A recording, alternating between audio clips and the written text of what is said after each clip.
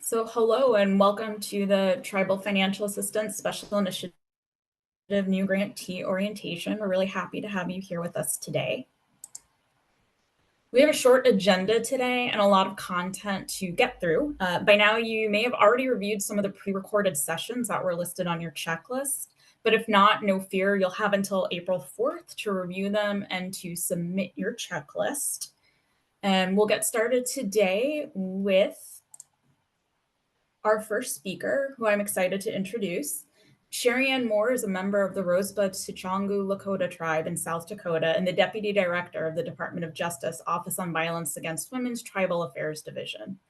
As Deputy Director, Ms. Moore provides national oversight and guidance for policy development and management of OVW tribal grant programs that pertain to violence against the Violence Against Women Act, or VAWA. Welcome, Sherry Ann.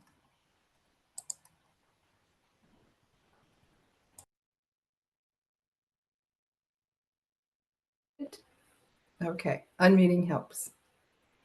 Thank you, Jenny. Thank you for that introduction. I appreciate that. Pihani Washte, good morning, and Ampentu Washte, good afternoon to all of you, and thank you for joining us today for the new grantee orientation. I want to first congratulate all of you on your new award and your well-deserved success.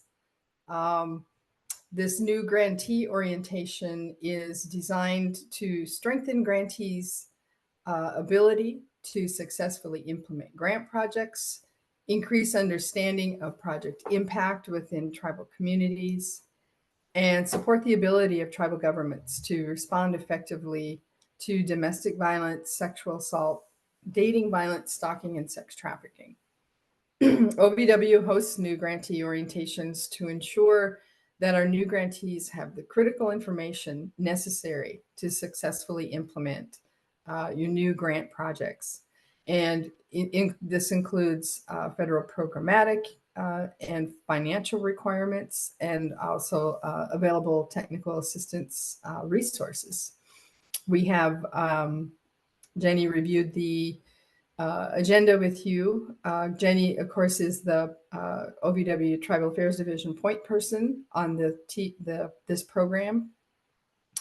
And we also have our grant financial management team led by Aaron Laura and Suhela and Michael here today to go over the financial requirements with you, and then Olivia this afternoon to discuss the performance reports.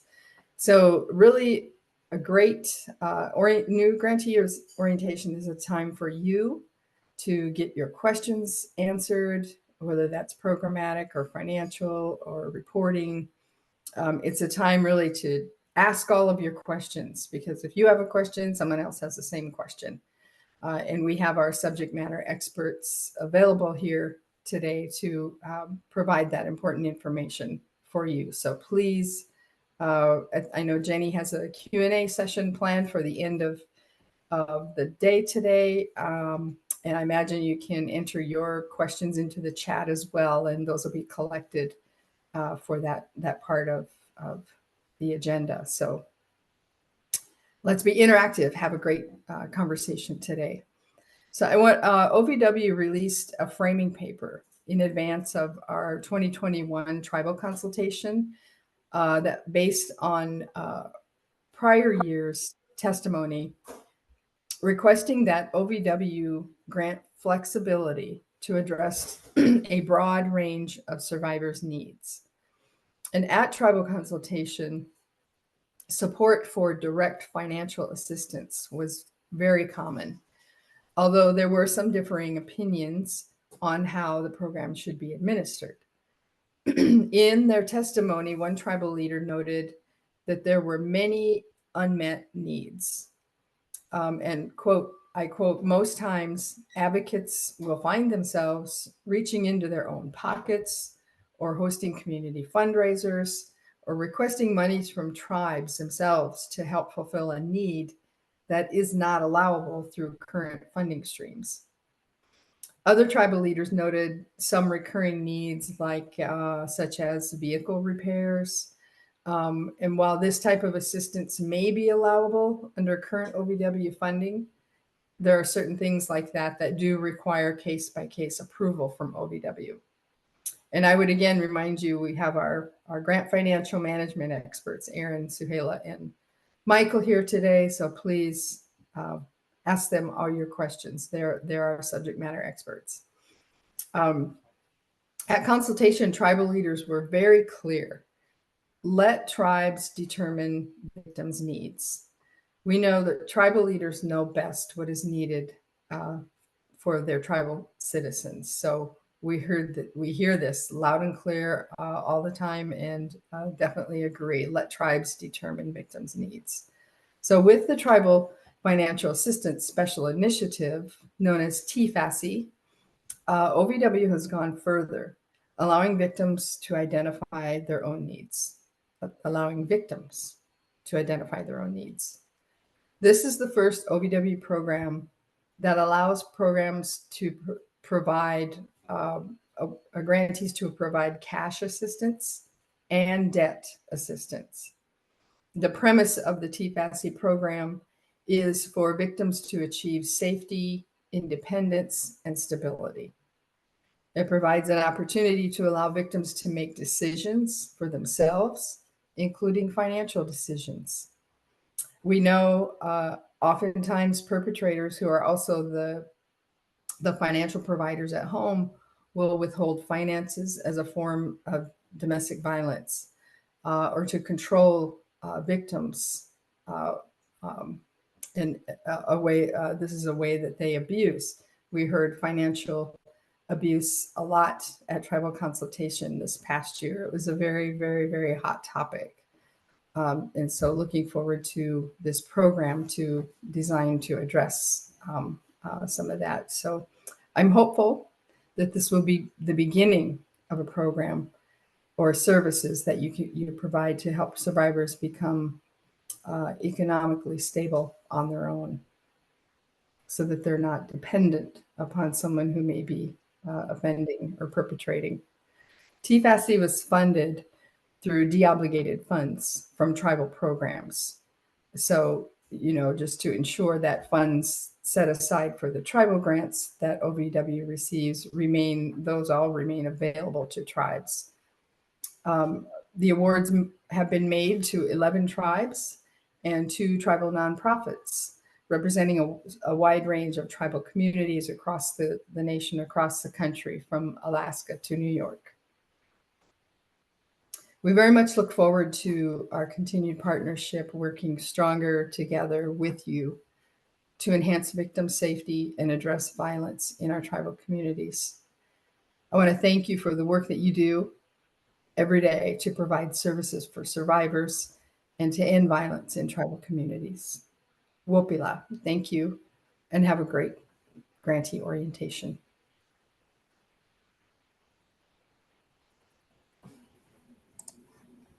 Back to you, Jenna. Thank you, Sherry Ann.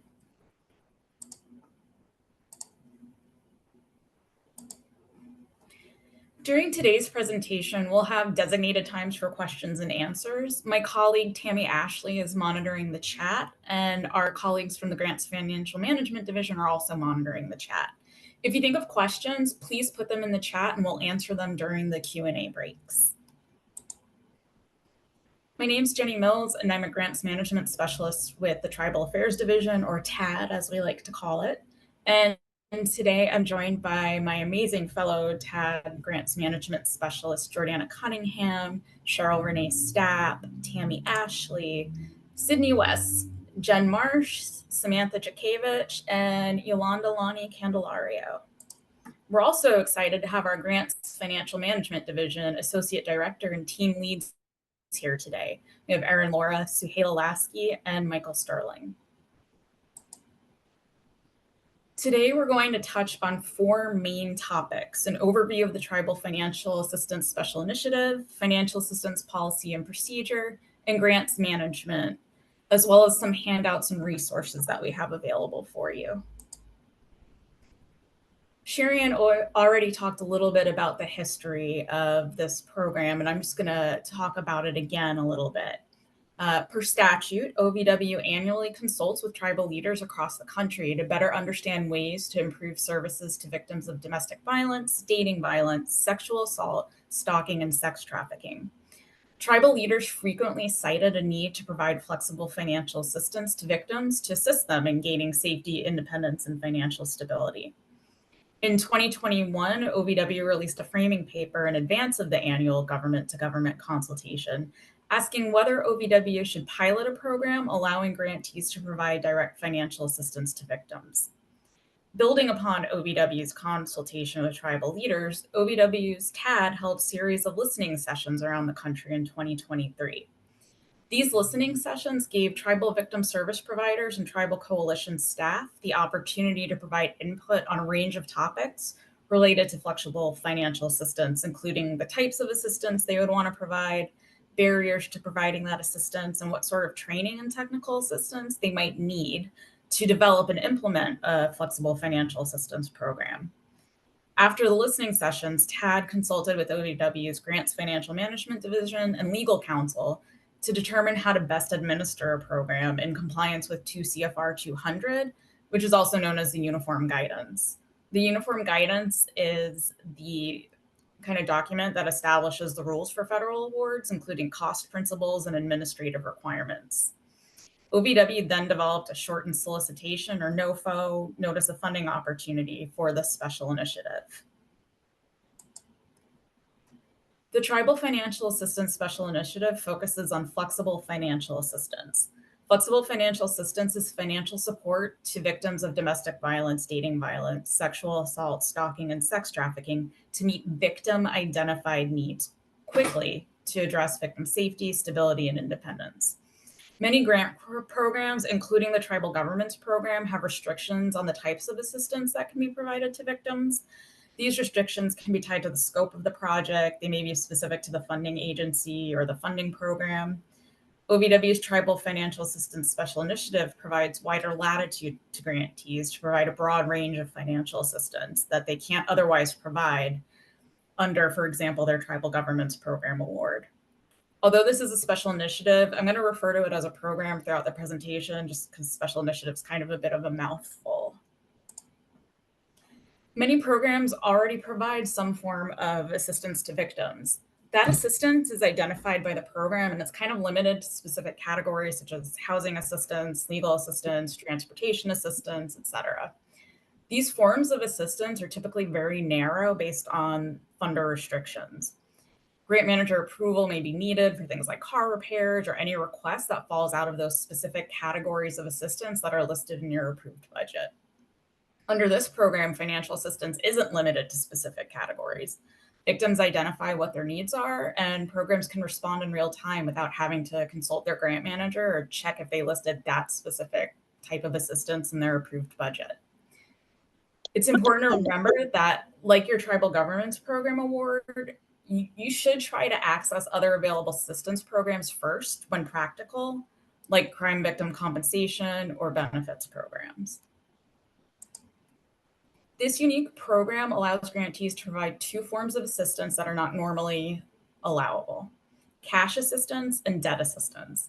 It's really important to remember that cash assistance and debt assistance are capped. Each form of assistance is capped at no more than 10% of the total budget, and they must be tracked separately from the rest of the assistance that you provide. I do want to note that cash assistance refers to actual cash and bank transfers to a victim. Prepaid cards are not. Calendar. Remember that either form of assistance must be tied to victimization and should be used to help a victim achieve safety, stability, and independence. Staff should consider carefully any request for assistance with consumer credit card debt. Is that debt tied to victimization, and does it support safety, stability, and independence? Those are questions that you'll want to make sure that you're asking. Grant funds cannot be used to support research projects. More information about what constitutes a research project can be found online in OVW's Solicitation Companion Guide. Grant funds cannot be used to support activities that focus on community outreach and public education. This includes printing brochures or flyers to promote the financial assistance program. Finally, direct victim services are out of scope for this program. Grant funds are intended to support victims directly with flexible financial assistance to pay for those victim identified needs. These grant funds may only be used to support services to victims that are directly related to providing flexible financial assistance. In the next slide, we're going to go over some examples of what direct victim services are. On this slide are some examples of activities that are in scope and out of scope. Again, grant funds may only be used to support activities directly related to providing flexible financial assistance. What this means is you can't use funds under this program to provide things like support groups, host financial literacy classes, or support those general victim advocacy activities like court accompaniment. Staff time allocated to this award should include activities or could include activities like developing your flexible financial assistance policies, filling out paperwork with victims, accessing this flexible financial assistance, or providing client education on the flexible financial assistance. An example of unallowable staff time would be providing transportation to a victim to and from appointments. While you can't use these funds to transport the victim to and from appointments, you could use funds to provide a victim with a bus pass, fuel for their car, or cab vouchers if they request that type of assistance. Because remember, we're talking about victim identified needs.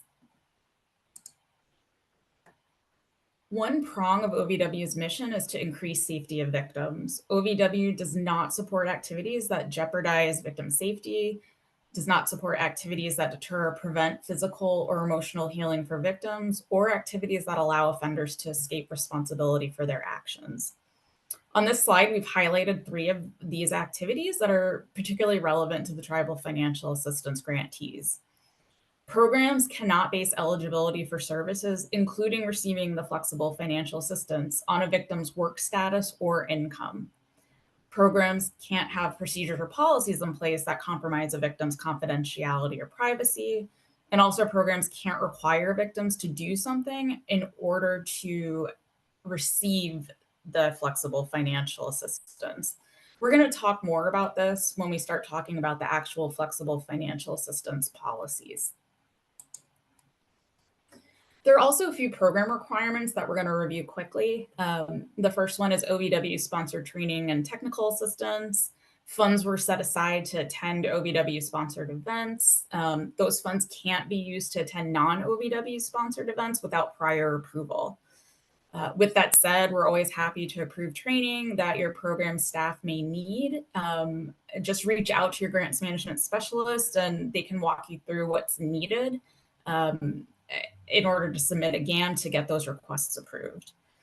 OVW may also conduct a program assessment or an evaluation that might necessitate grantee involvement. This means recipients may be expected to dedicate some OVW funded time and resources to participating in an assessment or evaluation.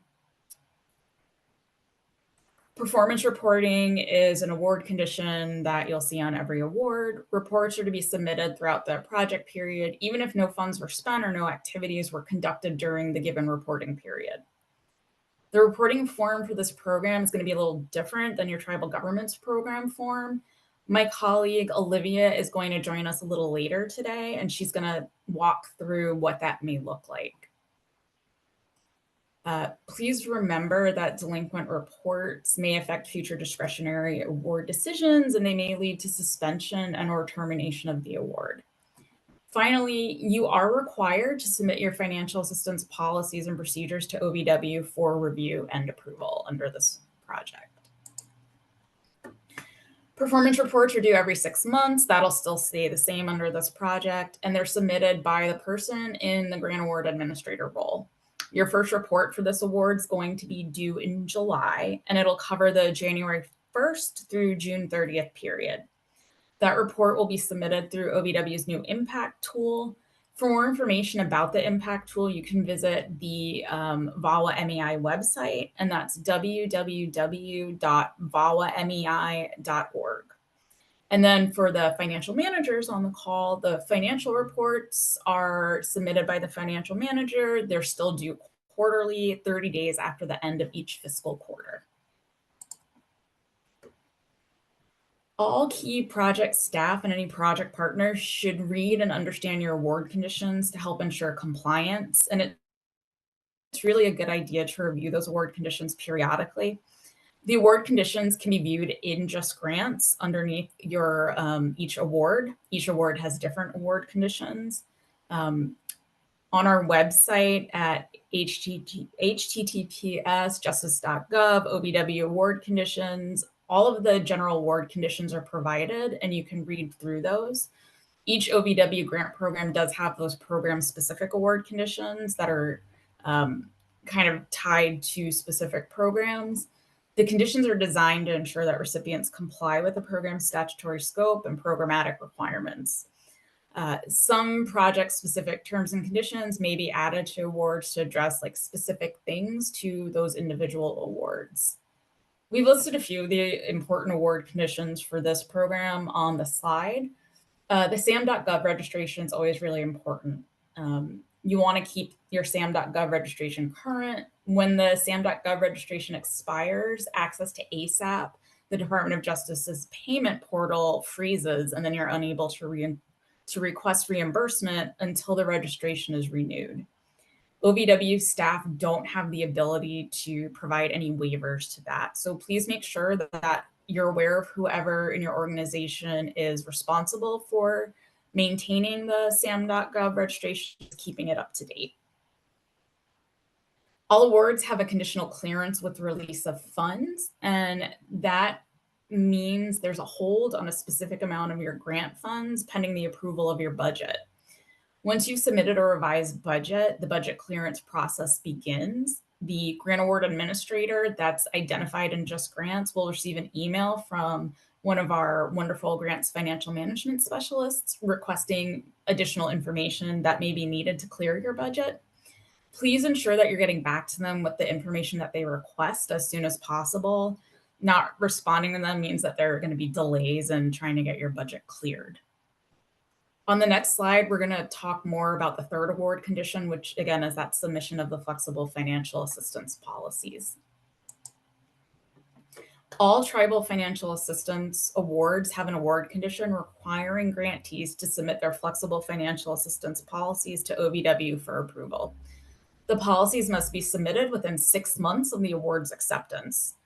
We're going to go over the financial assistance policies in depth next. While your organization may already have some existing policies in place, you're going to need to develop specific policies for this new program, especially if you're choosing to make those cash payments to victims. Remember that the flexibilities allowed under this program do not extend to your other grants. It's really, really, really important to treat this program differently with unique policies and procedures that are specific to it alone, and make sure that staff are trained and really understand those differences between this program and some of your other grant programs.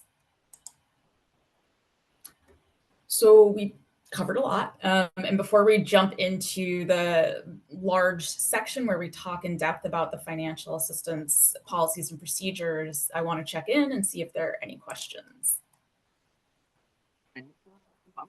Right, asked if these slides were going to be shared with participants after. Yes, we'll make sure that copies of the slides are sent out.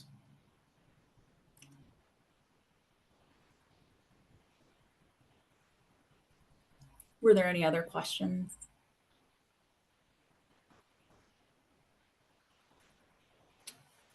Okay, well, we'll just keep moving.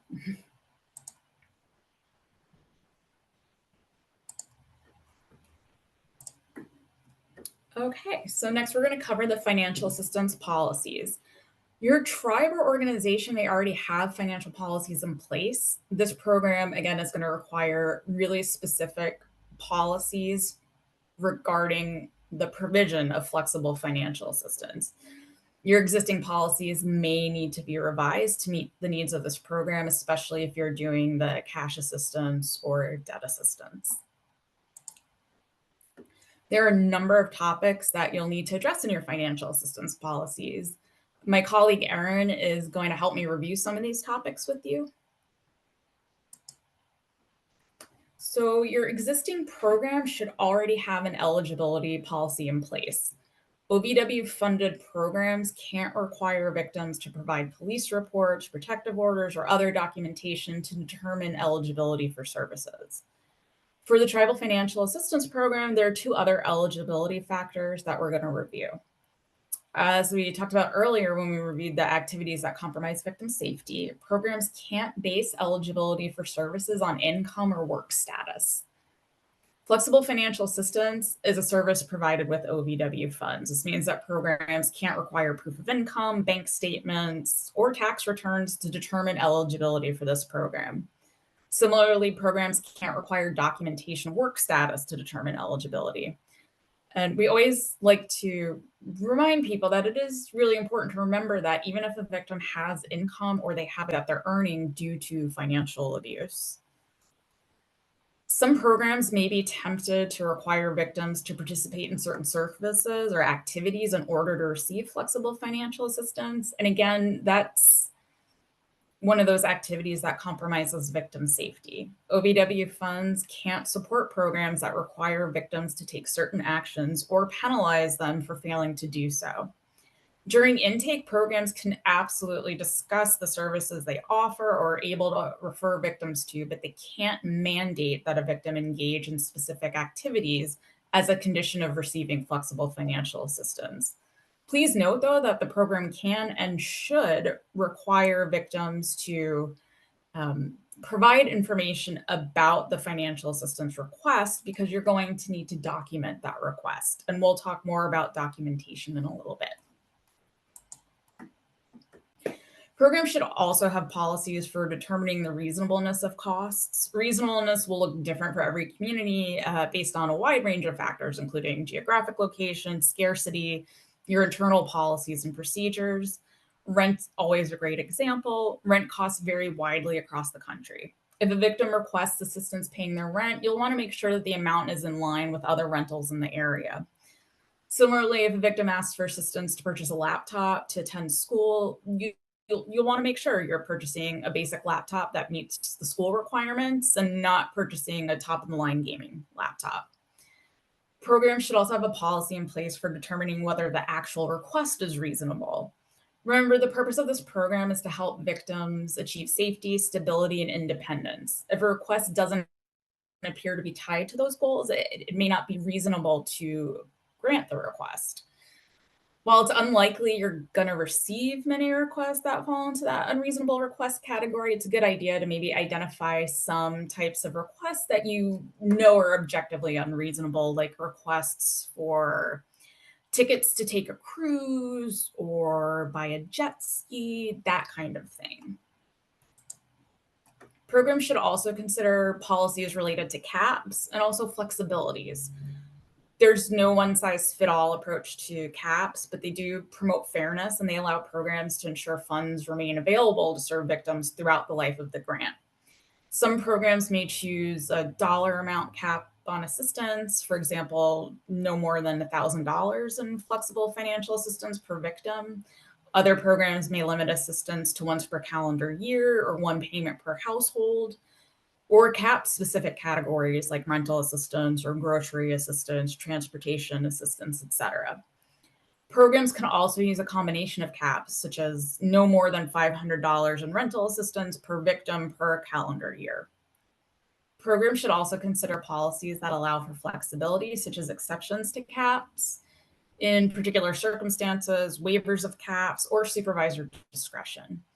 Some programs may also include a grievance policy where denial of assistance can be grieved to a supervisor. Next, we're going to spend some time talking about documentation. Documentation is critical. You'll need to have a way of documenting all flexible financial assistance provided under this award. This documentation should include the who, the what, the when, and the how for each request. Best practice would be to create a form for tracking all this information. In the next few slides, we're going to go over what we mean when we talk about the who, the what, the when, and the how of documentation.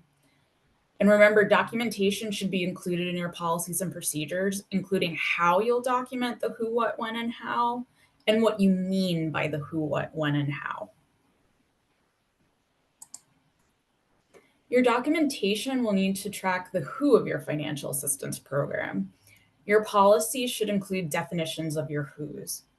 Who is making the request to receive financial assistance? Victims' names should remain confidential. How will you note which victim has made the request? Who is payment going to? Are you providing the victim with a prepaid card? Are you making a payment directly to a vendor on behalf of the victim? Who has reviewed this request? A supervisor or coworker should review each request to ensure accountability and protect against allegations of fraud. Who made the actual payment? Did the payment come from the accounting office? Did an advocate physically hand cash, a check, or a prepaid card to a victim? Who received the payment? You probably want to have a receipt that payment was made.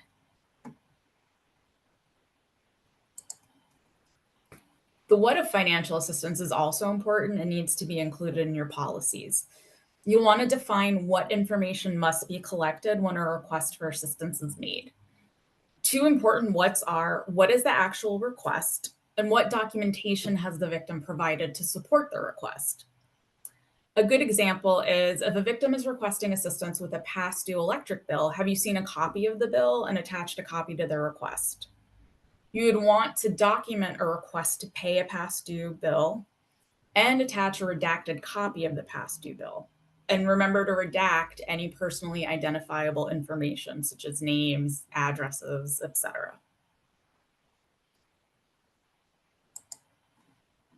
Let's talk about the when. In your policies, you'll want to include specifics about how you're documenting when things occurred. On the slide are some examples of things you should consider including. When did the victim make their request? When did staff review and approve the victim's request?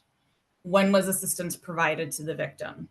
Your program may have additional steps to track, like when a request was submitted to the accounting office. You may also want to add a second layer of review. When did the supervisor review the form?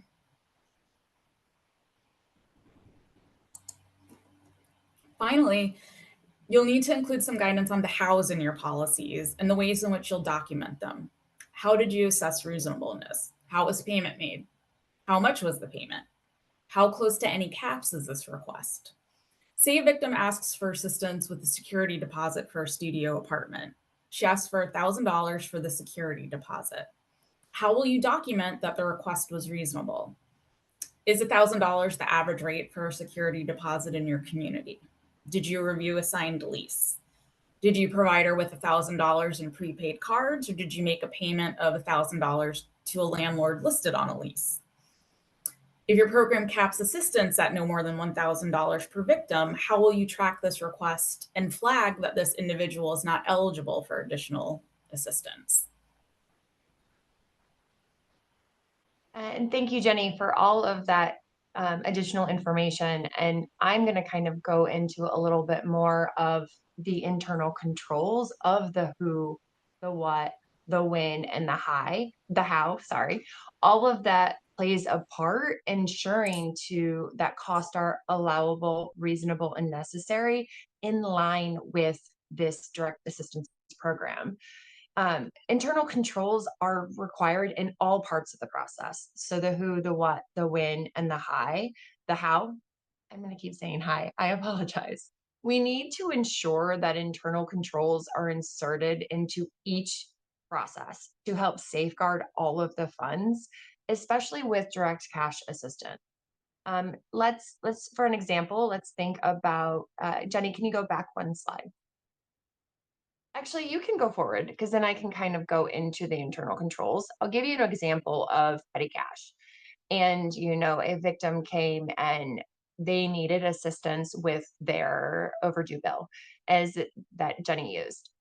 How are you going to pay them? What support did you get? What is the internal control if you have to pay them cash? Where is the cash stored? These are just examples of them. Who has access to that cash? Who's the person who's pulling it out of the bank? What documentation are you provided to get access to that money? And once you get that money, how are you signing and assuring that the victim received that? All of this is part of your internal controls and monitoring the inventory of the cash that you might have on hand, which goes into your internal controls. your internal controls are processes and procedures implemented by your internal organization. And I know majority of the work for the financial assistance program is financial assistance to victims, but there's a lot of programmatic work that goes into identifying the who, the what, and the how, and the when. The internal controls make sure that the same person isn't drawing the funding from removing the money from the bank and then giving it to the advocate or giving it to the victim. We want to make sure that we are safeguarding all of the assets so that in this instance, it is the cash received to the victim to pay that delinquent bill.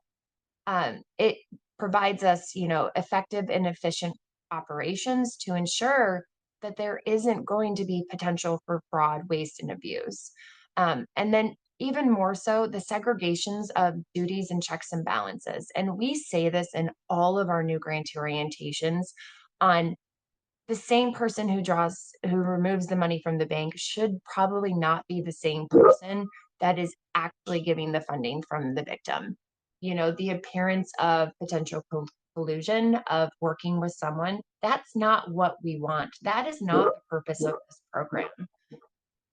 So if when you are reviewing your financial policies and procedures, and I do want to kind of reiterate what Jenny said earlier about how financial policies and procedures that we ask you to have as part of your pre-award risk assessment is completely different than the financial assistance policies and procedures, because those policies and procedures are very important to ensure that all of the activities, the costs are allowable, reasonable, and necessary in line with this program.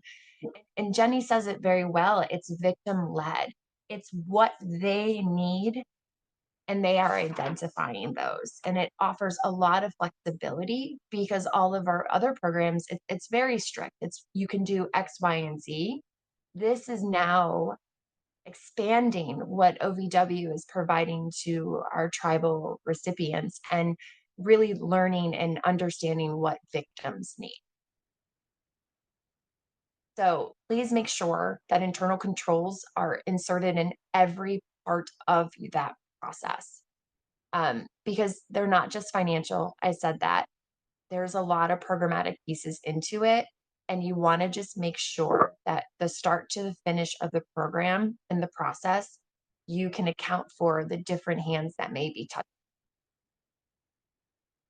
Next slide.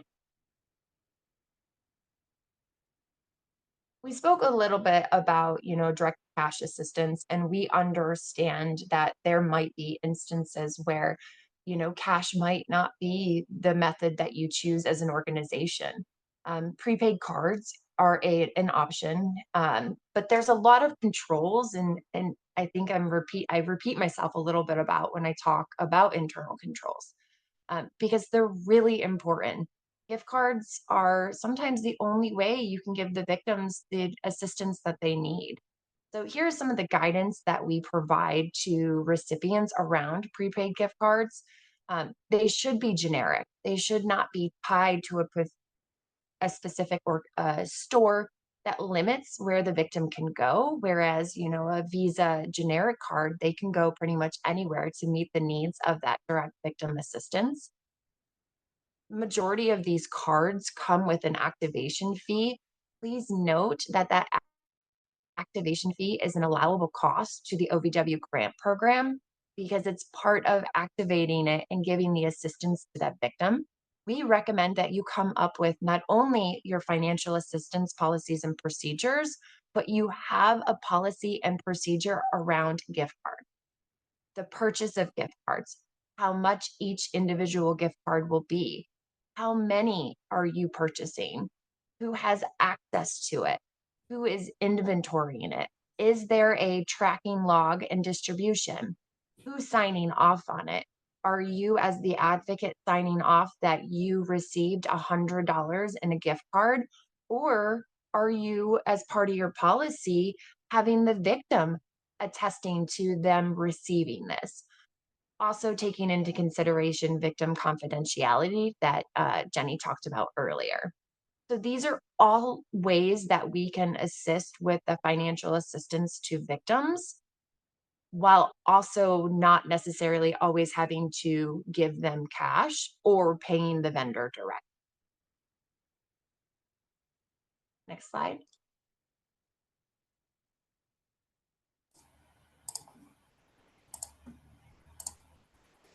Thank you, Erin.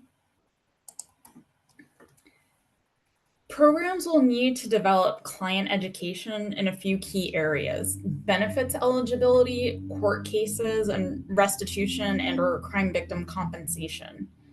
Direct cash assistance or other types of flexible financial assistance may be treated as income. An increase in income may impact eligibility for benefits. It'll be important for you to review income eligibility limits for benefits programs in your area. A victim may choose not to accept cash assistance if it would impact their eligibility for a particular benefit. Programs should also be aware that they may need to collect W-9s from victims if providing them with cash assistance. That information is typically filed with the organization's financial department, so a release of information would be required. And we're going to talk more about confidentiality and releases of information in a moment. Receipt of assistance may also be weaponized against a victim in court cases like custody cases or divorce proceedings or protection order hearings. An offender may find out that the victim received rental assistance or cash and claim that allegations were made up for financial benefit. You'll also want to see if a request has been made for restitution or crime victim compensation. For example, say a victim requests assistance repairing a car that her abuser damaged. The abuser was charged for the damage and the victim submits a claim for crime victim compensation. If the victim receives assistance from your program for the damage, would she need to cancel the request for crime victim compensation?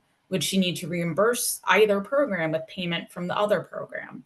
It's really important that flexible financial assistance recipients receive client education on the potential impacts of the program, and those impacts are really specific to where you are in the country.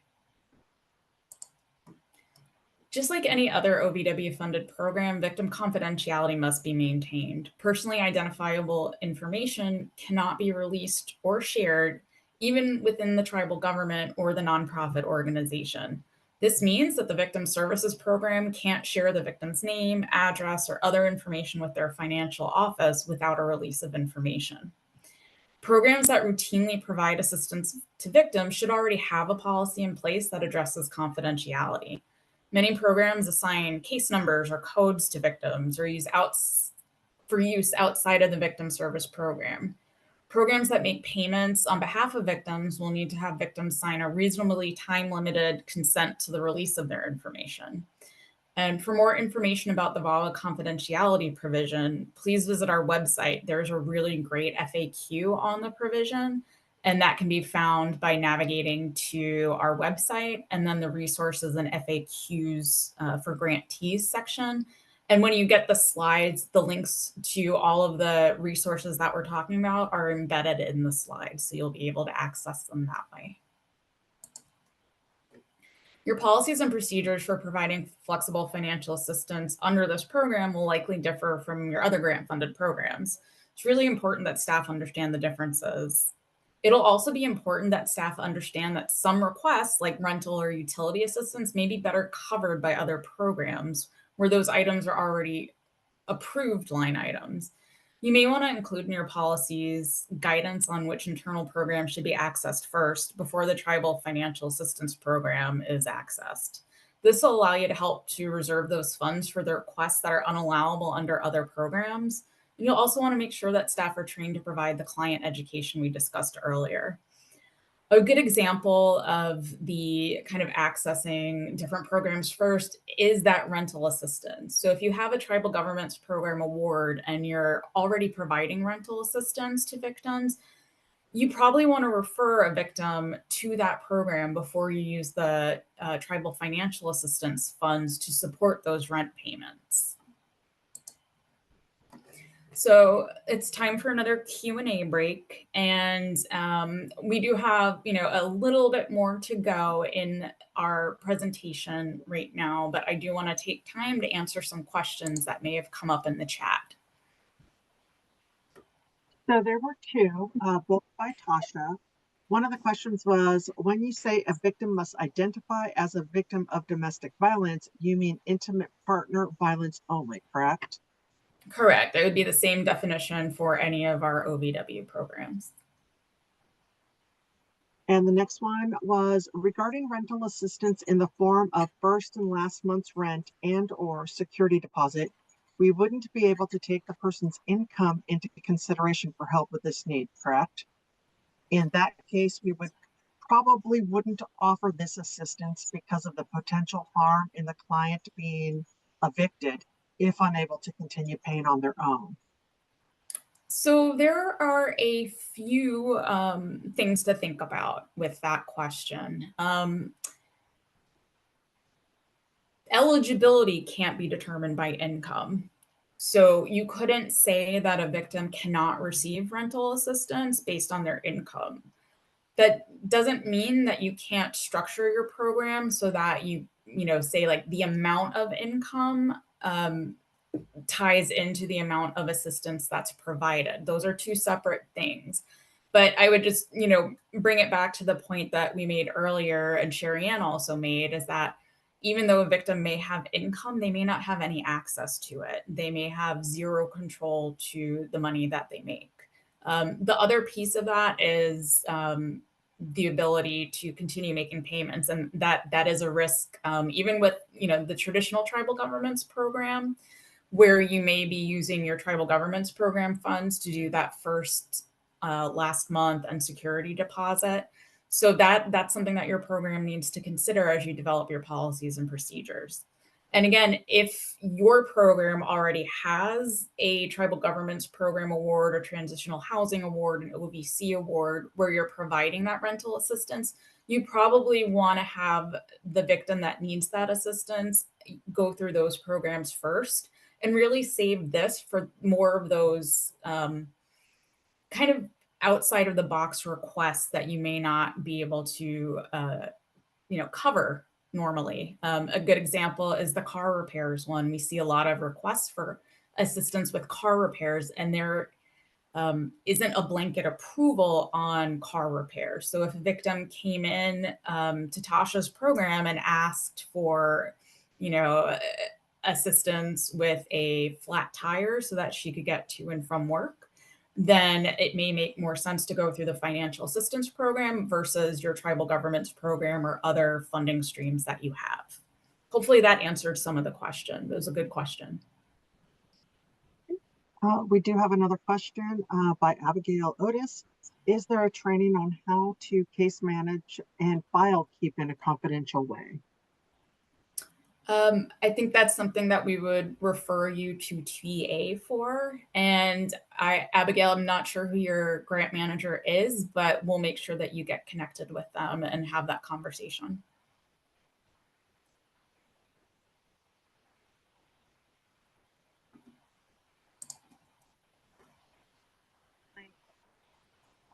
Hey, Jenny, there's one more question in there about from Abigail about updating the budget now with regards to car repairs and rent. You can 100% update your budget. I'm not sure where it is in the budget approval process, but the budgets that we've been seeing, and I don't know, Jenny, if you want to kind of expand on it, they aren't being very specific in terms of the financial assistance that you are going to potentially offer to victims, because remember, it's going to be victim identified. It doesn't necessarily need to be spelled out specifically in your budget as like the assistance that you're going to provide. It's going to be broken down. And we've approved a couple of the tribal financial assistance budgets, and those are how we're seeing the budgets coming through, is that here's an example of what we might provide in terms of financial assistance. But until a victim comes to you and tells you what they have identified as a need, you aren't necessarily going to know. And that won't be held against you in terms of your budget when you are doing your budgeted versus actuals.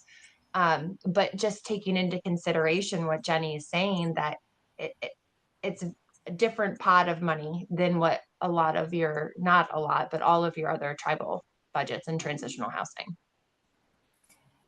Yeah. So a good way to think about it is that your typical budgets require really specific line items. So when you're talking about doing assistance, you usually have to give examples of the types of assistance that you're going to provide. And a lot of the budgets I see have that rental assistance, transportation assistance, food, hygiene, clothing assistance, those types of things. For this one program, it's the exact opposite. So it's kind of crazy when you think about it, because it especially for people who have done a lot of work on their budgets, and I know some of you on this call have done a lot of budget work, we're asking you to do the opposite, just a lump sum where you're providing some examples of things that you think you might get requests for. So again, Tasha brought up rental assistance. So she probably has an idea that that might be a big need in the community. Someone else may have that car repair item and say, you know, we think that we may get some requests for car repairs, but the line item itself should just say flexible financial assistance. Again, you're going to provide an estimate of how many people you think you might be able to help and how much you think you would provide per person, and those examples of the things that you may assist them with. So it's super vague. And again, it is the opposite of what we always ask you to do. So it's confusing and it's weird, like it's new. And that's why I keep saying over and over again, this one has to be treated so differently from the rest of your programs because it is so wide and you can respond to practically any victim identified need. And so you really want to keep those funds separate and access the other kind of funding that you have for those traditional things that you know you already have money set aside for.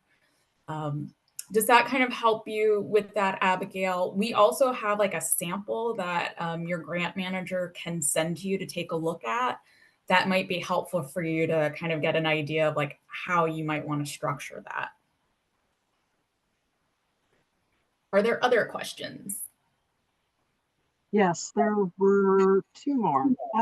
So Tasha responded and said, if you had time to expand a bit, how would they phrase that the amount of income ties into assistance provided but does not determine eligibility? So as you work on your financial policies and procedures, if you choose to take the approach that assistance is like tiered based on income, you would put that in your policy. So you may say that, you know, for example, you know, victims with an income under $20,000 a year are eligible for up to $1,000 in flexible financial assistance. Victims with an income of over $40,000 a year are eligible for $5 of assistance, like whatever that structure is. But again, you're going to want to have it in writing in your policies and procedures. And just, you know, again, keep in mind that income, any kind of means testing isn't always effective because we don't know if victims truly have access to their finances. But that piece would be completely separate from the eligibility, where the eligibility, it strictly is like if a victim walks in your door and says, I need financial assistance, you can't tell them no just because they do have an income, and you can't ask for proof of income to determine whether or not they're eligible. So the eligibility is really separate from determining the amount that they may be eligible for. So think of it as eligibility and then amount, like a tiered amount. Hopefully that's helpful. It is a little confusing. We have one more.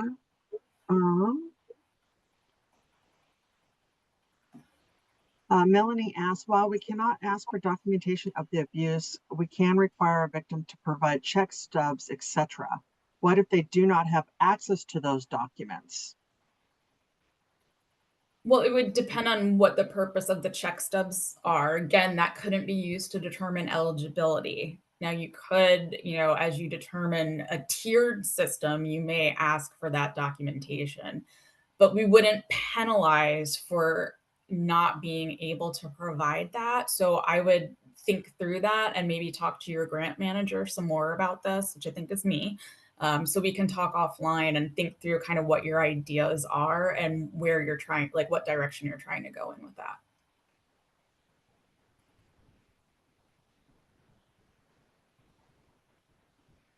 Are there any other questions?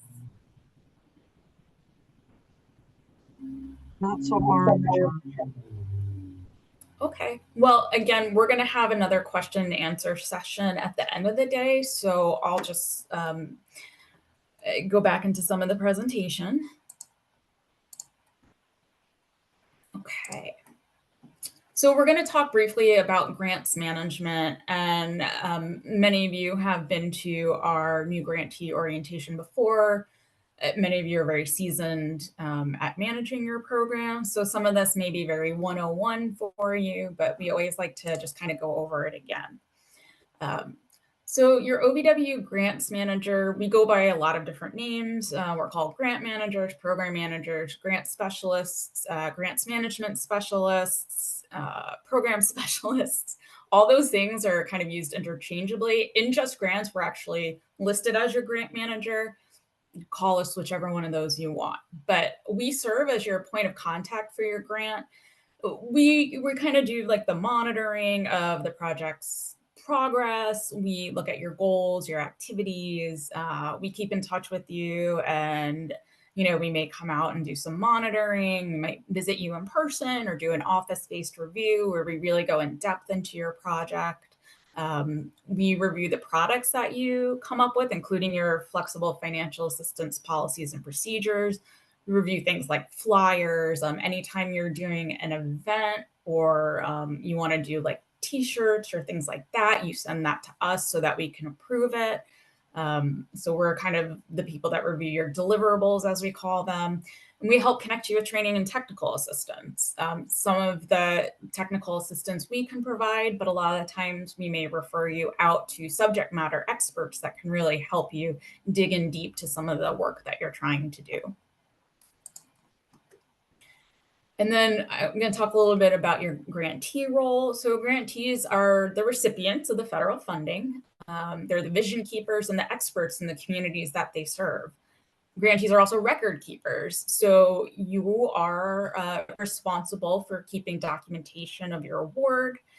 Just Grants is the official grant folder, as it were. So everything should be in Just Grants. Like anytime you have a request for travel that's not OVW sponsored, you want to do a change of scope, that kind of thing, that's always done through Just Grants because that is the system of record. But it's also really helpful to have your own kind of paper files, computer files, so that you have easy access to that information. It's also super helpful when there's staff turnover so that you have all of the important pieces of each of your grant projects in a place that people have access to. So anyone working on your project, maybe a new hire that has to come in, an emergency or supervisor can access like your budget, your narrative, your performance reports, all of that fun stuff. Grantees implement the project. You follow what your application, like the narrative, the things that you set out to do. And then you also implement your project in line with the approved budget. You also reevaluate. So you think through, are there things that we need to change? And then you communicate with us, your grant managers and your TA providers, and talk about things that you may need assistance with. And you come to us when you want to discuss potential issues or changes in scope. And also, when you want to communicate your program successes, because we love to hear about all the great work you're doing. And it's always amazing for us to be able to share out with the rest of OVW the work that you're doing on the ground. And then there's also, of course, the grantee's favorite thing, which is your performance reports, which again, we'll have our colleague Olivia join us in a bit to tell you all about the performance reporting. So we do have some handouts and resources, and these will be sent out through email. Some of you may be familiar with some of them already. We do have a really beautiful grant award modification tip sheet. It's been updated since last year by our wonderful Jennifer Marsh, who has made it a very, very useful tool. It's been updated to kind of match changes that happen throughout the years. This form is really, really helpful for especially the programmatic people, your grant award administrators, who will be the ones submitting the GAMs. So this form goes into detail about all the different types of GAMs that you may need to submit. Programmatic GAMs, those are your change of scopes, your programmatic cost GAMs. The changes of scope, that can be changes to your project, notification of a change in key personnel, change of project partner, that kind of thing. It also goes over financial GAMs. So while we don't have grantees initiate budget clearance, there may be times where you do have to initiate a budget modification. For example, if you're making changes that cumulatively are more than 10% of your total award amount, or you're moving funds into a cost category that you didn't have any line items in. For example, a need emerges where you desperately need to purchase a program vehicle, but you didn't have any line items in your equipment category, that would automatically trigger a budget modification. And then project period extensions are also covered in this tip sheet. And each section of this tip sheet is really helpful to walk you through like what each GAM requires. So some of them do need like a list of supporting documentation, and that is all in this tip sheet. So if you don't already have the tip sheet, you're going to get a copy. And if you already have it, you may get a new version of it. We also have our grant data sheet. This is just a helpful form that you're able to use throughout the life of your grant. You can track all sorts of things with this sheet. Points of contact, the GAMs that you've submitted. It's really helpful for tracking your goals and objectives and activities. You can track things like inventory. So if you're purchasing actual equipment, you can track that in here. You can track all of your reports. You can track pretty much anything related to the actual management of your grant. You don't have to use this form. We use them to track the awards. And if we come out to visit you, we may bring a copy with us. It's just a helpful tool. So again, we'll send that out to you. It also has some contact information like our OVW Just Grants support desk, and of course our wonderful Grants Financial Management division. We also will send out just a one pager about the reporting deadlines. I know reports are everyone's favorite thing. It is a helpful reminder though to kind of keep you, making sure that you have those dates circled on your calendar when all your reports are due, because reports do, delinquent reports will trigger those kind of shutdowns of the ASAP system, which means you can't reimburse the funds, which is really important. And then, of course, you've already received your orientation checklist. And so this checklist has a list of the different sessions that you need to attend. Today, we're doing the top two sections, the Tribal Financial Assistance Overview, and then the Tribal Financial Assistance Reporting. And then there are embedded links to all of the other sessions that you're required to watch. It's the overview of grant fraud investigations, the overview of grant award audits, the OVW special condition on workplace-related sexual misconduct and domestic and dating violence, and then the Grants Financial Management Division, Tribal Affairs Division presentation. And again, just a reminder that you should only be filling out one form per award and just noting everyone that has attended. So if, you decide that your grant award administrator is responsible for filling out the form, they'll put down the names of everyone else that has been through the sessions and the dates that were attended. And again, you have 30 days from today to get that completed. So you'll be able to send that in and you'll send that to your grants management specialist that is assigned to be overseeing this project. So, we have time for more questions. I am going to just advance the slide, though, to our contacts. And again, all of this will be sent to you. So all of the email addresses are embedded there. You have the contact information for our division leadership. You have the contact information for all the TAD grants management specialists who are assigned to manage the Tribal Financial Assistance Special Initiative Awards. You have our wonderful program assistant Brianna's contact, and of course our wonderful GFMD help desk. Okay. Are there any additional questions? And feel free to come off of mute if you're more comfortable asking a question out loud. There's no questions in the chat so far. Okay, well, GFMD, is there anything else you wanted to add before we take a break? Nothing. I think you were very detailed, Jenny. I appreciate the work that you put into to add. It's just reiterating, the policies and procedures as it relates to the financial assistance and how you're going to implement it, because that is that's the step by step that you need to take to be able to document the reasonable, allowable, and necessary for this program.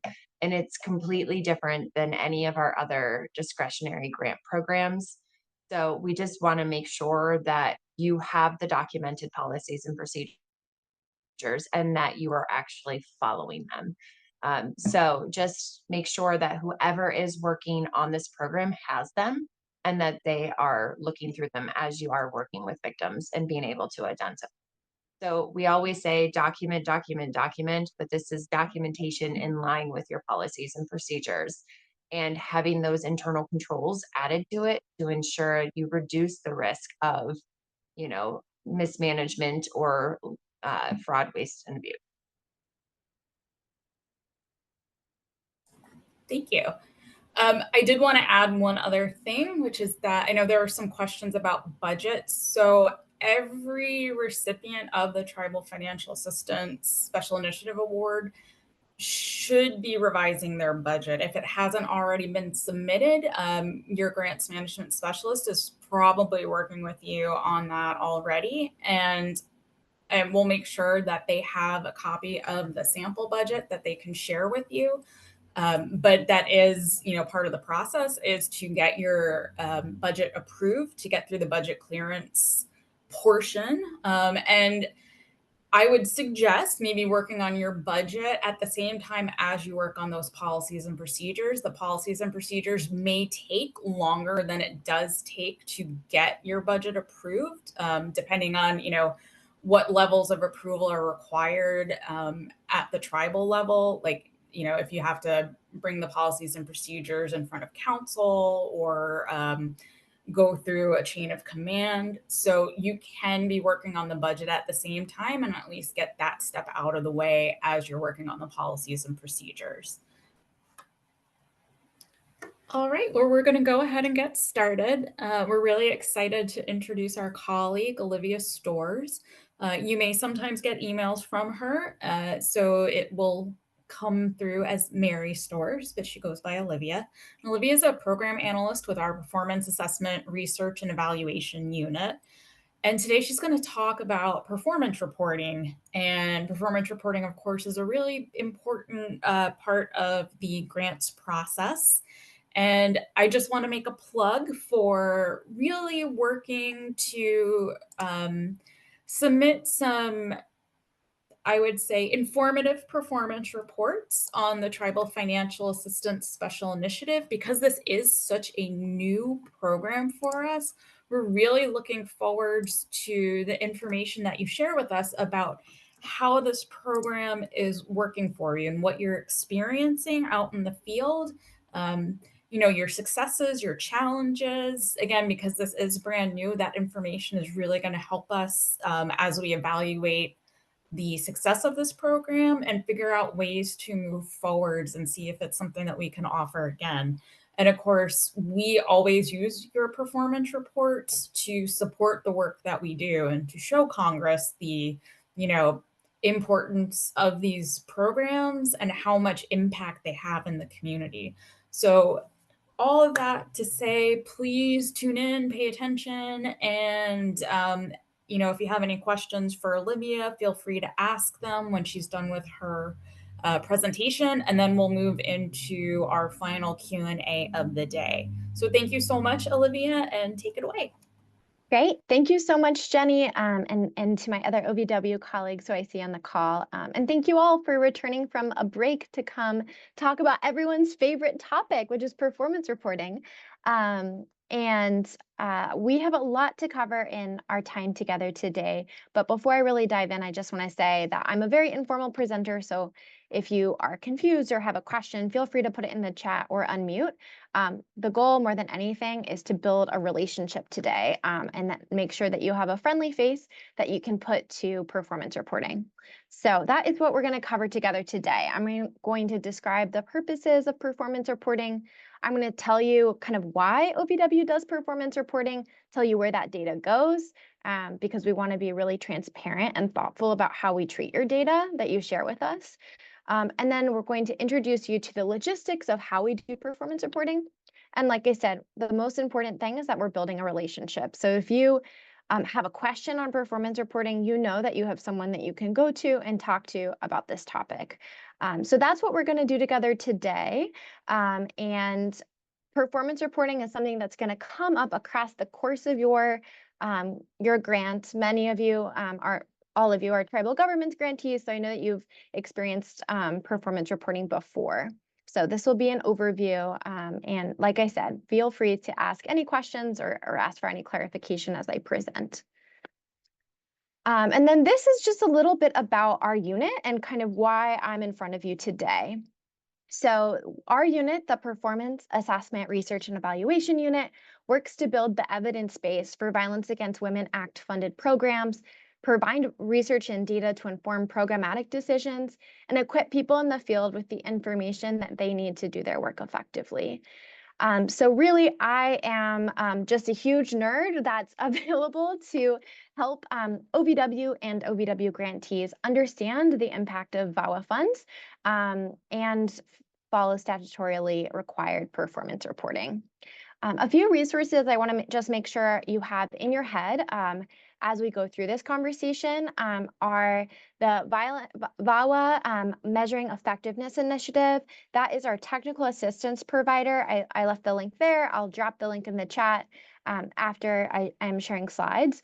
But they are my wonderful colleagues who are our TA provider on all things performance reporting. So if you have any questions on performance reporting, you go there. Again, as many of you know, you're given that you're tribal government grantees, you probably have interacted with VAWA MEI before, but just to say they are really, really wonderful and have a lot of resources. My contact information is also right there, and I really mean it when I say if you have any questions about performance reporting, please email me. I know that performance reporting and sharing data with the government can feel really overwhelming and confusing and stressful. So my goal is to build a relationship and to make sure you know who you can come to if you have any questions.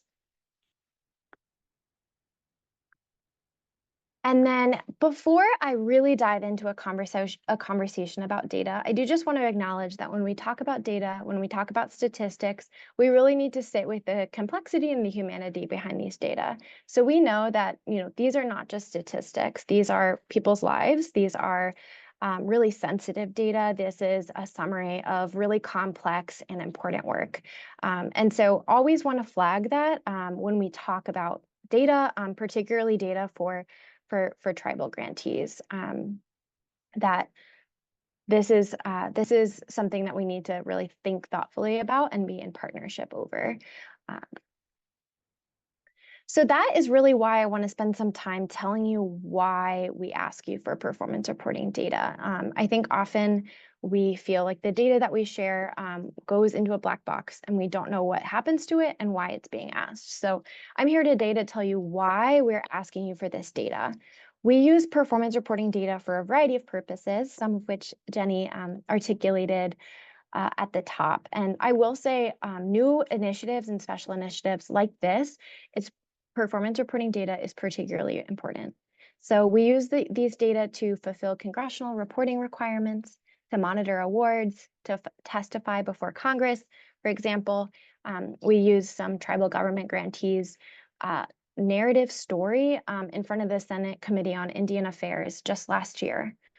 We also use it to respond to data requests, to evaluate and justify funding needs. to identify areas of remaining needs or promising practices, answer policy questions, and listen to our grantees and be responsive to the field. I like to say that performance reporting is OVW's best way to listen to our grantees at scale. So if there's something that you want OVW to hear, and especially to hear in a systematic way, performance reporting is really the way to do that. Importantly, performance reporting is not intended to capture every detail about grantee work.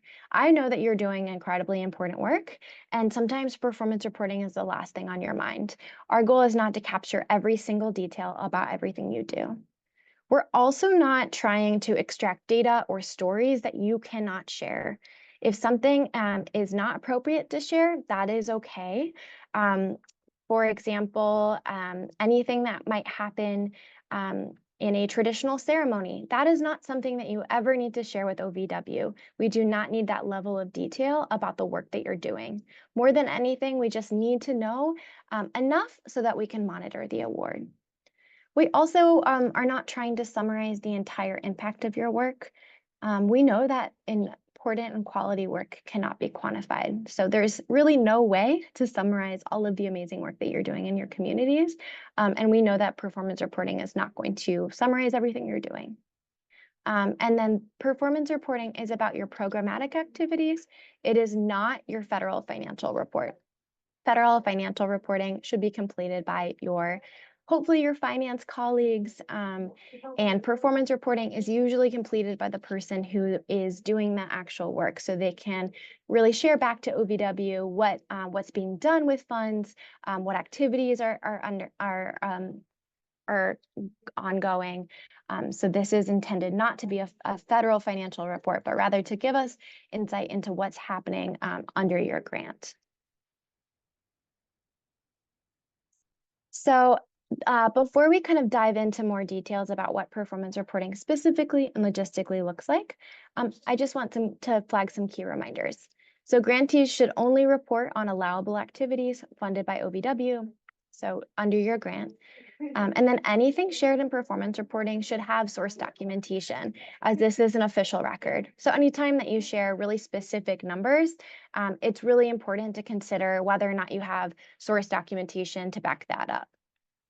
Also, VAWA confidentiality procedures apply to performance reporting.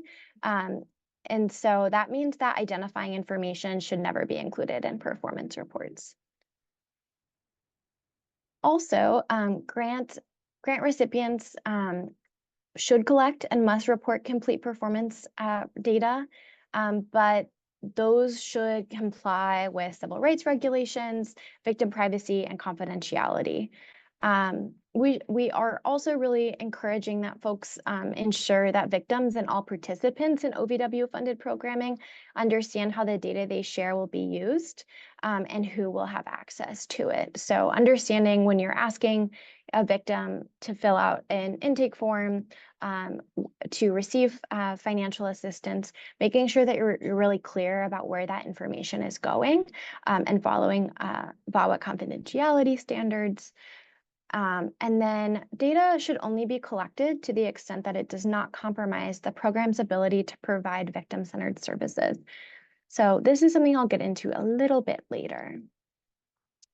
One other just key flag I have for you all before we dive further into performance reporting is just a reminder that funds under this program should not be used to conduct research.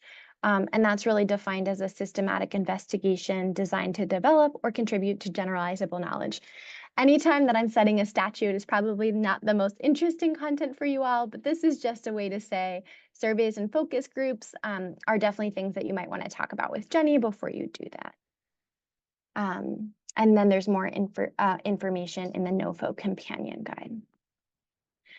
Okay, so that was kind of all stage setting and just making sure that you understand what performance reporting is and why OVW does it. And like I said, I'm really excited to connect with you all and think about performance reporting, what it means for your community, and how we can improve it. So this is just to take a moment to thank you for all that you do to coordinate quality data collection and share your work with OVW. I am personally particularly excited to talk to you all today because I previously worked in economic advocacy and provided financial assistance directly to victims. And I can tell you right now that when I was doing that, my number one concern was not accurate data collection. So I understand that and know that this data is really important for us to make the case for this program, but it's also occurring in the context of all of the work that you're doing. So thank you so much for all that you do in addition to data collection. A few things I just want to make sure are super clear. That data collection should be victim-centered, and recipients should collect data about victims served, services provided, and other activities completed with OVW funds, really only to the extent that it does not interfere with providing victim-centered services. So like you all, OVW's priority is serving victims, and that means that data collection comes after serving victims. If a victim doesn't want to fill out an intake form, they don't have to fill out an intake form. If a victim doesn't want to disclose their demographic information before being served, they don't have to disclose that. So I know that you all are thinking about this and know what makes sense in your community, but this is a way for OVW to just say, we know that victims need to come first, and sometimes performance reporting and data collection comes after that. And then another flag is just to consider and think about how you can inform victims and participants about how, when, and by whom their data will be used and stored, and then to consider data privacy, confidentiality, and any privilege responsibilities that you have.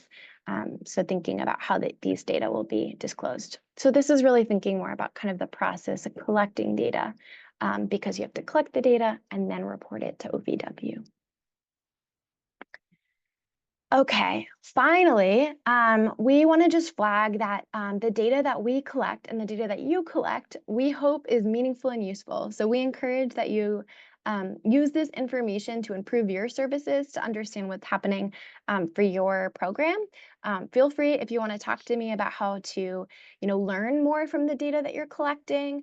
But we really know that anytime we're asking participants or victims about anything, we're adding an additional burden. And so consider whether or not it makes sense to ask additional questions of victims and participants that don't directly relate to to service provision and safety. So this is all to say that fulfilling OVW reporting requirements should not mean asking survivors a ton of questions that are not necessary for providing services. And then we really need to have information for Jenny, your wonderful grant manager, to have enough information to accurately monitor your award. And that if you don't have quantitative data about a certain topic that's on your program report, you can use narrative fields. So narrative context is incredibly important. It's a form of storytelling and a way for us to really understand the context of what you're doing. So this is just a way to lift up the fact that sometimes some quantitative questions might not make sense in your community, might not be useful for your work. So use narrative data sections to provide more detail to OVW.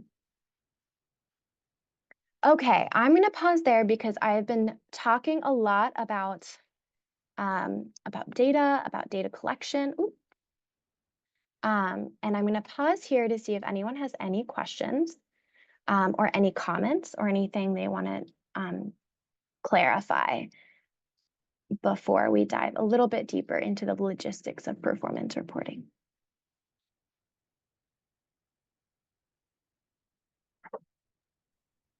There are no questions in the chat, but if anyone has any questions, please raise your hand. Thanks, Tammy.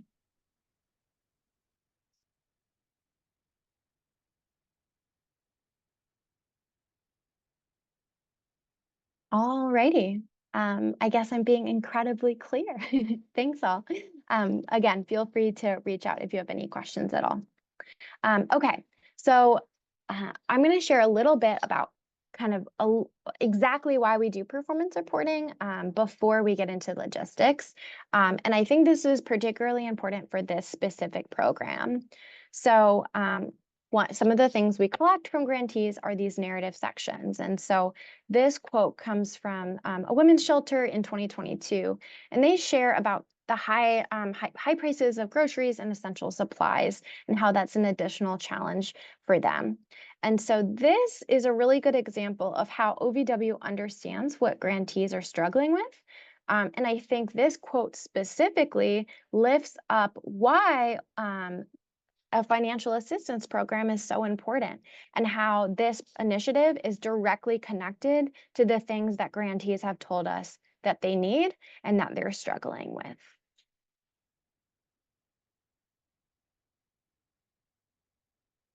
We also know from performance reporting that the Tribal Affairs Division awarded $218 million of awards from 2019 to 2023. That's over 200 awards to over 300 unique grantees. And those funds have supported a wide variety of project activities across different communities and different projects. We also have learned a lot about promising practices from performance reporting. So folks who are working on really amazing projects on capacity and cultural capacity building and cultural resilience. So maybe that looks like connecting survivors and community members to new resources, such as substance use treatment or a boat in Alaska. These performance reports really give us an understanding of what grantees are doing in their communities and what's really working, because I can tell you right now that the folks in Washington, D.C. do not know what works in your community as well as you do. And so performance reporting is your way to tell us what is working well and what else you need. And then these are some areas of remaining need that we've consistently heard from grantees, particularly tribal governments grantees. And we use this information to justify funding, to think about what else is needed, and to justify kind of the way that programs are designed. So thank you for sharing this information with us. Obviously, this is a non-comprehensive list of both the promising practices and the areas of remaining need, but just wanted to share this to give context for why we collect performance reporting and what we learn from it. Another thing I want to lift up relating to flexible financial assistance is that OVW is investing in two really exciting research projects that are evaluating the impact of flexible financial assistance. One is in Harris County, and then one is on the East Coast, Harris County in Texas, I believe, and then the other is on the East Coast. And so we are hoping to share more information as we learned from this really innovative program, which is flexible financial assistance. So we're investing in kind of understanding what's working well, what we can improve on, and when we have any findings from these studies, I will be sure to make sure you all get access to them. But more than anything, wanted to just flag that we are working on learning about what's working with financial assistance and how we can be most supportive. Okay, so now we are going to talk. So I've talked about kind of why we do performance reporting, what we do with this information, how it affects funding, how it helped us create something like the initiative, the FASI initiative. Now I'm going to talk to you kind of really in the nitty-gritty about what you will be reporting. So all OVW program grantees are reporting using a new web-based tool called the VAWA Impact Tool. And this may seem like, just a small administrative change, but we've been working really hard to make this easier for our grantees. We know that performance reporting can be a challenge. And so the goal of the VAWA Impact Tool is to make performance reporting logistically easier for you. And anyone who's ever been an OVW grantee before and maybe did some battling with PDF forms will know that this is shorter and it's easier to use. So we have had about a 50% reduction in the amount of questions we're asking you all. And just technically, this is much easier to use. So this is how the performance reporting cycle works. right now. So the OVW grantee is going to fill out a report in the web-based impact tool. You basically fill out a survey. You have the information that you need to collect, that you're collecting throughout the year. You fill out a report. You have, more than a month usually to fill out the report in the impact tool. And then you download a PDF. You submit it in Just Grants, and that is a official government record. That's you saying to Jenny, this is what I did in this program period, and this is what you can review. Goes directly to OVW, and then VAWA MEI cleans the data and just makes sure everything makes sense. So if you add an extra zero somewhere that doesn't make any sense, it looks like you served 1 million survivors, which would be amazing, but probably is not possible under a specific award. VAWA MEI will contact you and just make sure that the data is correct. But if they ever contact you, you're not in trouble, nothing is wrong. They're just trying to make sure that they have the correct data, that we can report that to Congress. So this is the process for performance reporting. And if you've ever done any performance reporting for OVW before, the only thing that has changed is the logistics. We've replaced a PDF that was made before many of us were born. We're replacing that with a web-based survey. So hopefully that is just a little bit more straightforward for folks to use. So these are kind of the steps for this. So grantees will receive their performance reports, will fill out their performance reports in the VAWA Impact Tool. They'll receive a link via email. And then just a note on timing. So you all received your awards in 2025. My understanding is awards went out on January 1st or around then, 2025. So when your award begins is when your program activities begin, even if you don't have a budget cleared yet. So you all didn't have any activities to report from July to December 2024. So you don't need to worry about performance reporting just yet. However, you're already engaging in performance reporting activities. So you're already engaging in activities that you need to report to OVW.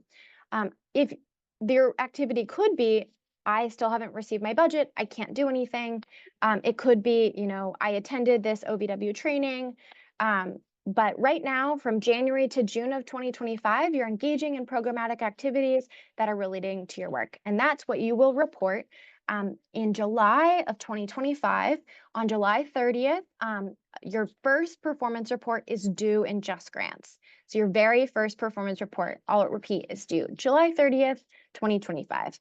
So you may forget everything I've said and then be very confused, and that's okay. In July of 2025, you can call me, you can email me, but really, if you're going to remember anything from this presentation, just remember you're currently doing programmatic activities that you'll need to report on, and then your first performance report is due July 30th, 2025. So like I said, this is the process. So you'll get a link, you'll fill out a performance report in the impact tool, you'll download the PDF file, you'll submit the PDF file in your Just Grants account, and then you'll, go on a walk or make tea or do something more fun than performance reporting outside of Just Grants. But once you submit it in Just Grants, that is your official record. That is your performance report is submitted. Your grant manager may get in contact with you and say, hey, you put something here that doesn't make sense to me. Can we talk about it? You might need to make some changes, but that will be in dialogue with Jenny and with her colleagues. So this is kind of the 3-4-step process to performance reporting. You get a link, you fill out a web-based survey, you download the PDF file, and then you submit that PDF in Just Grants. So I want to, that's the logistics. Oops. That is the logistics. Now I'm going to talk a little bit about what you are going to actually be reporting on this form. So like Jenny said, this is a really unique and innovative and incredibly exciting project. I'm so excited to see what you all do. But because of that, your programmatic work and your performance reporting is particularly important. So we understand how and if this project works as intended. So I want to flag that right now we have more of a general form that's adapted to your program. And that sample form you can find on the VAWA MEI website. I will put that in that link in the chat after this, so you can start thinking about what information you need to collect to report in July. But there might be some questions that don't apply to your work, and that's okay. They don't apply to your work, you just don't respond to that section. And the form does not currently reflect the super specific needs that are addressed by FFA or unique approach to victim services of flexible financial assistance. This will eventually be updated, but for this next performance reporting period, just know that if something doesn't reflect your work, you don't need to respond to that section. And then I do want to flag that my understanding is that this program does allow sex trafficking as an allowable crime, and so that is actually included in your form. This is a really helpful slide for me whenever I was a grantee filling out performance reports, particularly if some activities are funded by one funder, some activities are funded by another funder. So unallowable activities for this program are research projects, activities focused on community outreach and public education, and direct victim services. So as I'm sure Jenny has talked a lot about at New Grantee Orientation, grant funds are really intended to support the flexible financial assistance to pay for survivor identified needs. And that is different than traditional direct victim services. So this, I'm going to go kind of section by section of what is in the performance report, kind of what you'll need to report. So again, I'll drop the link in the chat about what this actually looks like. You can start preparing your data now, but this is what you'll need to report about. So you'll have general information. General information is just general information. This is kind of, where is your building located? What is contact information? That's there. Staff is kind of how many people worked on this specific project, how many people are funded by this award. Something that gets tricky here for folks is kind of calculating how many full-time employees work on an award. We have a ton of resources. If you have any questions relating to FTEs, I promise you, it seems really difficult, but when you have someone explain it to you, it can be a lot more straightforward. So if you have any questions on how to report staff information, please reach out. The other section would be policies. So internal improvement activities could be reported here. And I do want to flag that is subject to only limited use of funds. So definitely make sure you're talking to Jenny about any policy development you're working on there. And then victim services would be reported. That's where you're going to report flexible financial assistance work. As I said, sex trafficking is allowable there. And then the most important section for you all is going to be the narrative. And the narrative is going to really provide essential context for Jenny about what you're doing, why you're doing it, what challenges you're running into, what else you need, what questions keep coming up. The narrative section asks a lot of different questions. Many of them are optional, but that is really going to be essential for Jenny. And I think that performance reporting is really a beginning of a dialogue with your grant manager to make sure that you have everything you need and we understand what's going on in your award. So we are helping you manage federal funds in an appropriate way. So that is the form. I'm going to stop here. Does anyone have any questions kind of on what they will be reporting or the general structure? Olivia, I'm just going to give like brief clarification. So the policies part, it is a requirement of this program that every grantee submit financial assistance policies. So that will be reported in your first report for sure. And you are able to do significant work towards that right now because it is a program requirement. And then any questions you do have would be to your grants management specialist. I think there are 8 of us that have these awards. So while I'm the program manager, you won't be reporting directly to me, and I won't have any oversight over your reports. Your grant managers will, but my role will be more to kind of look at that information and see as a program what things we could do better. But I don't want to have any confusion about all the other folks like Tammy and Renee and Jordana and Lonnie, I think, are on the call right now. But thank you. Awesome. Thank you so much for clarifying that, Jenny. And there are no other questions in the chat. So if you have a question, please speak up or raise your hand.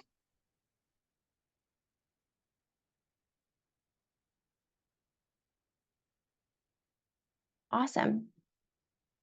Okay. Thanks all. Okay, so just going to go over the next steps. So your next steps are review sample form and instructions. So I will put that in the chat. That is on the VAWA MEI website. And you can start kind of preparing for what information you'll need to collect and report right now. So I will put that in the chat and make sure that you have that information. And then the next step after that is that the impact tool will open in July of 2025. And then after that, your performance report is due in Just Grants on July 30th, 2025. And just for your awareness, performance reports are always due on the 30th of the month in which they're due. So those are kind of your key next steps in terms of performance reporting. And what you need to be working on now is working with your grant manager, ensuring that you understand what is and is not allowable under your program, and then making sure that you're thinking about how you're going to collect the data that you need to report or the information you need to report back to OPW. And then this is a slide for any questions. We haven't had any questions, but here is all of our contact information again. Like I said, please reach out with any questions. Even if you're in July and you don't remember anything I said, please feel free to reach out. Performance reporting is really intended to be a dialogue between a grantee and OVW to understand what is needed, what is going on with funds, and how we can better support you. So with that, I am going to start sharing some resources in the chat. And thank you again, Jenny, for flagging that up. Thank God it's not just you, and there's a lot more program managers. I'm sorry I didn't fully realize that. But like I said, please be in dialogue with your grant managers about this, about performance reporting, and just let us know if you have any questions at all. I'm going to put everything you might need in the chat, and I'll be here for any questions as well. And thank you so much for spending some time with me virtually.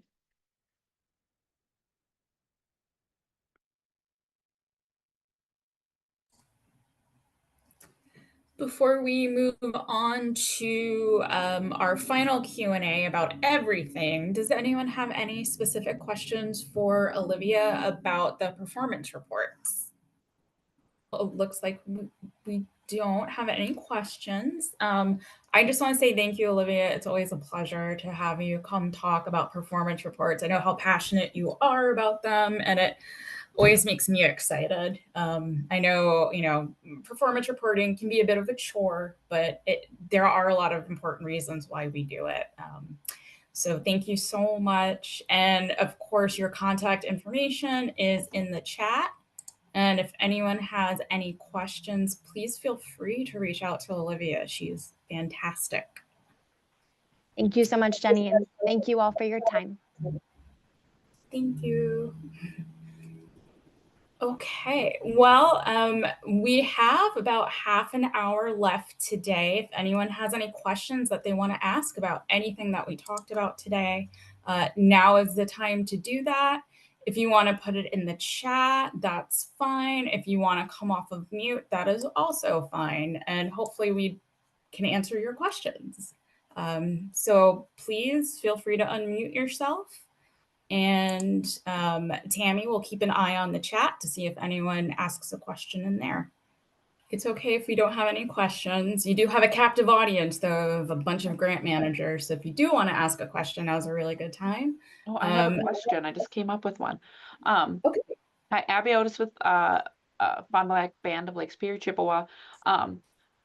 OVW performance reporting, I feel like is there, because like we get a couple OVW awards and a couple of OJP awards, and I feel like it's all the same performance management tool. Is that correct? And is there a way to just kind of keep sharing the same one over? Or is it should be a new one each time? So I think they're two separate tools. There's the impact tool for OVW now, and then OVC has the performance management tool, and those are two separate systems. They do ask for some of the same information, but the numbers may be different depending on like how your program is structured. So like if your staff are funded by one project, they may not be assisting the same people that are coming into your office. Some programs, they use our OVW funding to do transitional housing or other activities. So those numbers would look different because both funding sources aren't hitting the same exact people for the same exact activities. To the larger question, should all of the systems be similar? We hear that frequently. The move Okay. the move to the impact tool, I think, is somewhat helpful in that it does streamline the system a little bit more. I don't know, Olivia, are you still on? It looks like she's hopped off, but yeah, that's the answer as of right now. Okay, and do we have any other questions? I see something in the chat, which Amber, you'd like a copy of the recording. Yeah, we're gonna send out the copy of the recording. We'll have a link to it. It'll be kind of similar to the way that you're accessing the other links in that checklist. It will take us just a little bit of time because we're gonna have to like download it and then send it off to someone so that it is housed on a website so that you can easily access it because we can't just email it for whatever reason. So we'll have it, we hope, next week, but it may take just a slightly longer time than that. And if that is the case, of course, we will extend the deadline to review that because we know that some people haven't been able to attend today. And yes, always nice to see you, Amber. Any other questions today? Jenny, when will the reporting tool be ready and out? The reporting tool for this, when will that be ready and available? So the impact tool is available now, but the report for this program is not due until July because this reporting period is January through the end of June. So for right now, you don't have a report due for this program. Now, your tribal governments program, those are due at the end of the month, but that's a different program. These awards were made as of January 1st, so you wouldn't have anything to report for the last reporting period.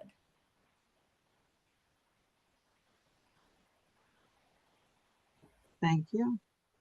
You're welcome. And we also have Michael on from GFMD if you have any financial questions. If there aren't any more questions, we can go ahead and call it a day. It's been lovely having time to go over the program with you. We know it's a slightly different program than we're used to. The whole budget thing where we're not asking for that specific budget is a real head scratcher and probably surprising. But we are really excited about this program and, again, plug for those performance reports, those narrative sections. So just tell us about what you're experiencing. Are you getting those unique requests? Did you have, impactful successes that you want to share with us? Do you have thoughts on developing your policies and procedures and all of that? And of course, your grant managers are always available to talk to you and answer any questions that you may have. So thank you all so much. And we'll go ahead and say, have a nice day. Take care.